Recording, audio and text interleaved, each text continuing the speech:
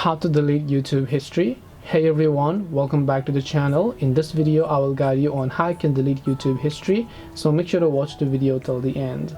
If you want to delete your YouTube history, all you have to do is go ahead and then first of all make sure to launch the YouTube application like this. Once you launch YouTube app, tap the profile icon from the top right and then just go to settings, then go to manage all history. Once you go to manage all history over here, you'll be able to see your search and the watch history.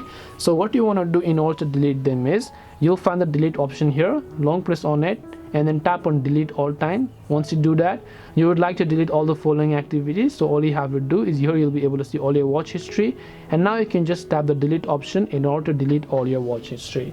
This way you'll be able to delete your YouTube history. Hope this video was very helpful. If you have got any more questions, feel free to leave them down.